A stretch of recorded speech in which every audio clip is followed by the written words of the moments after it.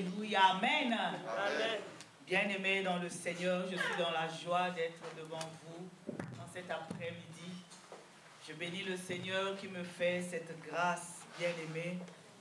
Et je bénis aussi l'Éternel Dieu pour votre présence en cet après-midi.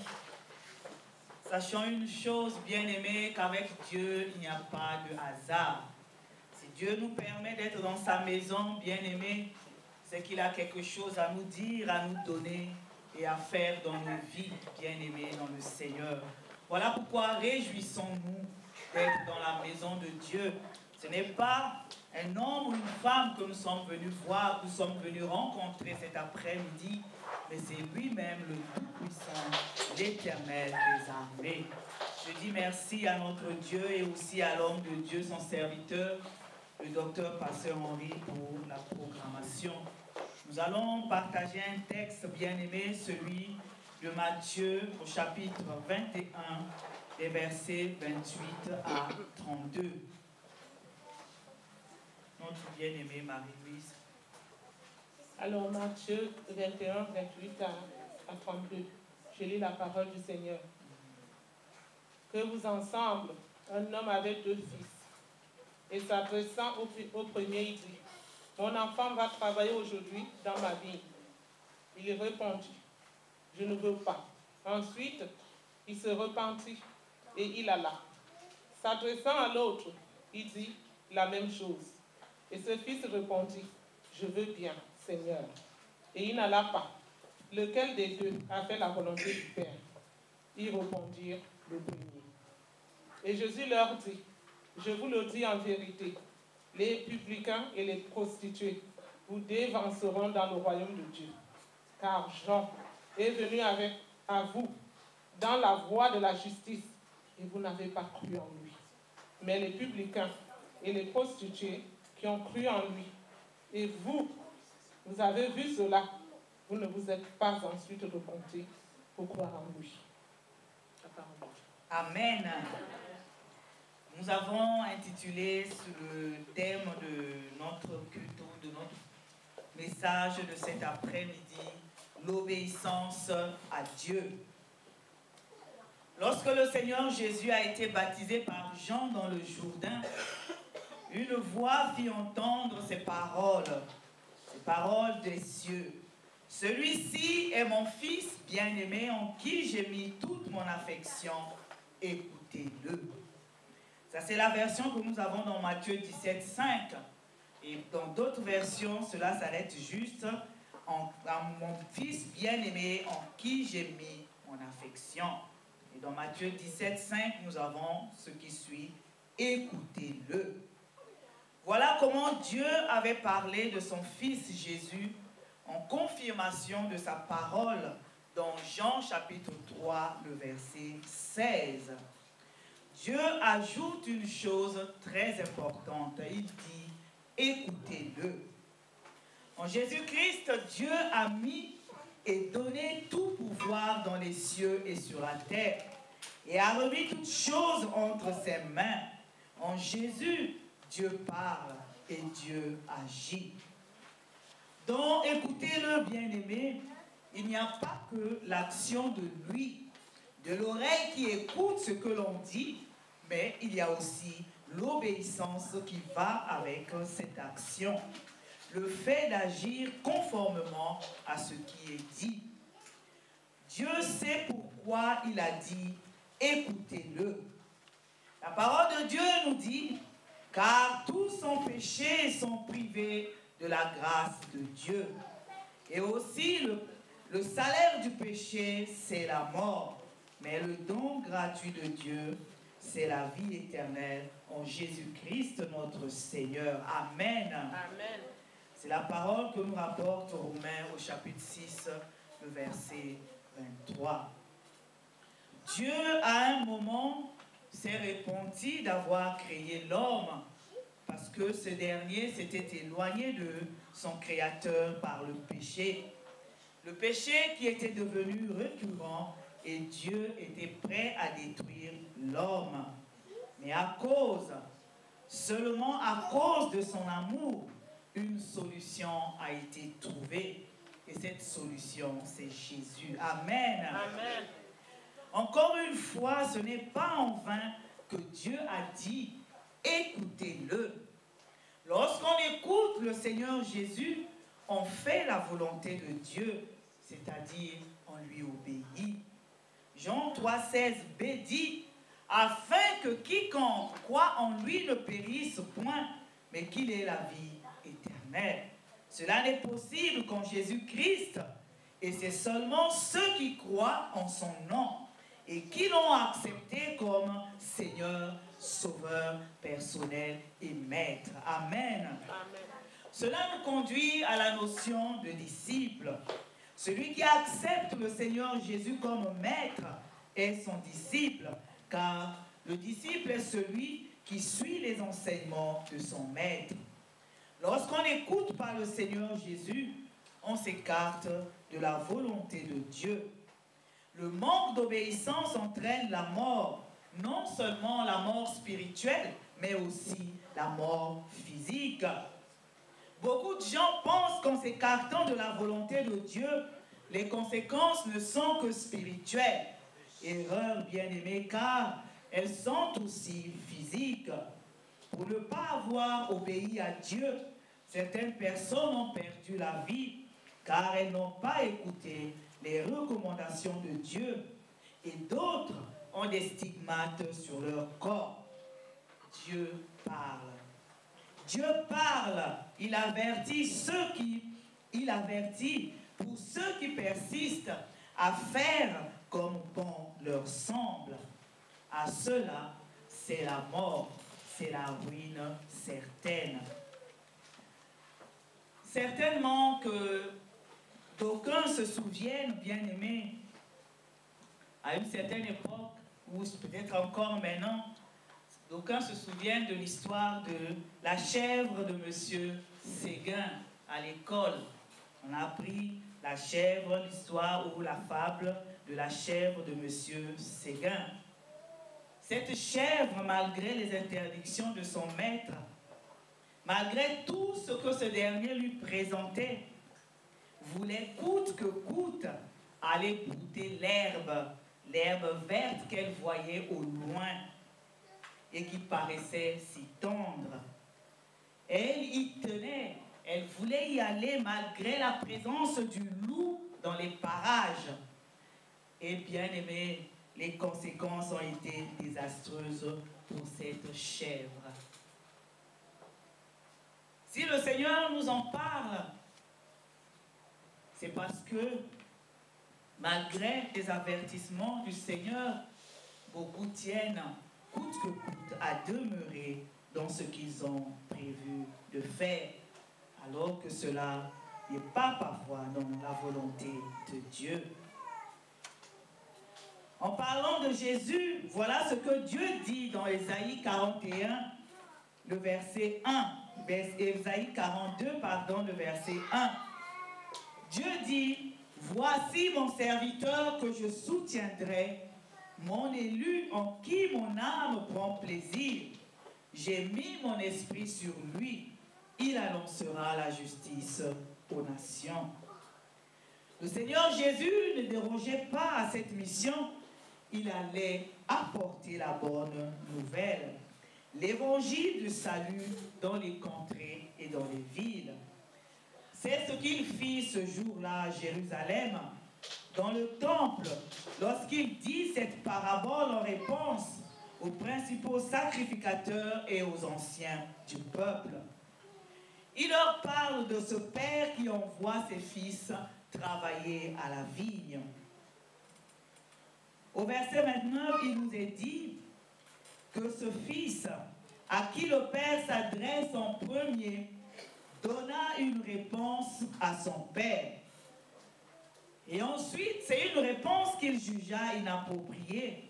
Et il partit faire ce que son père lui avait demandé.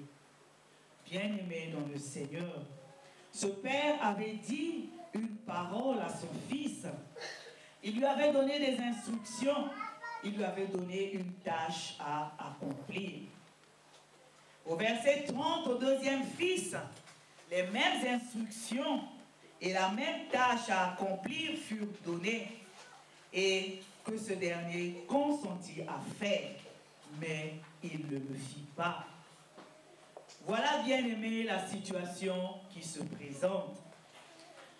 Le premier fils à qui le père s'est adressé a d'abord dit non à ce qui lui avait été demandé. Pourquoi a-t-il dit non au départ? Peut-être à cause de l'ampleur de la tâche qui lui était demandée.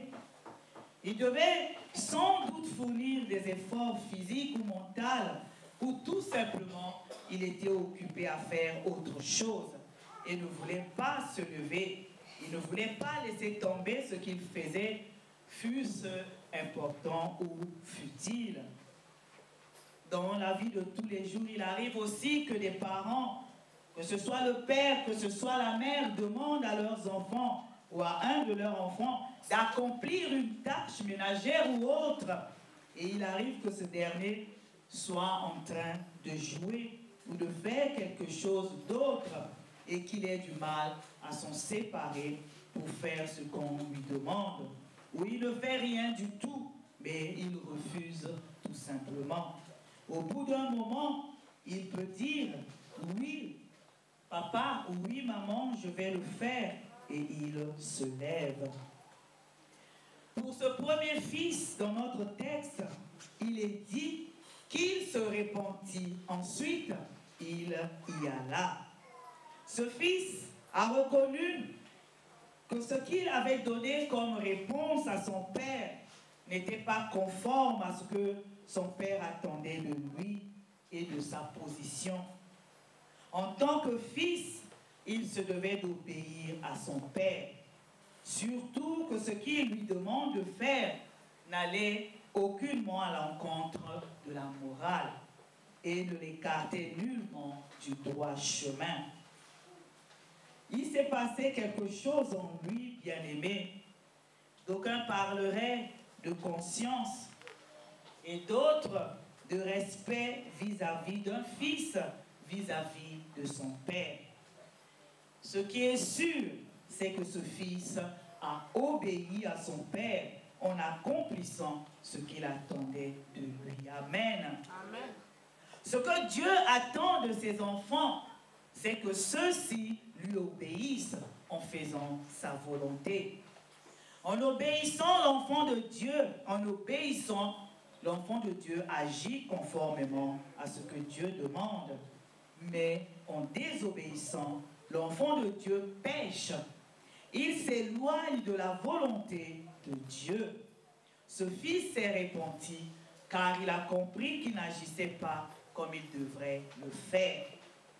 La parole de Dieu nous dit que Dieu a en horreur le péché.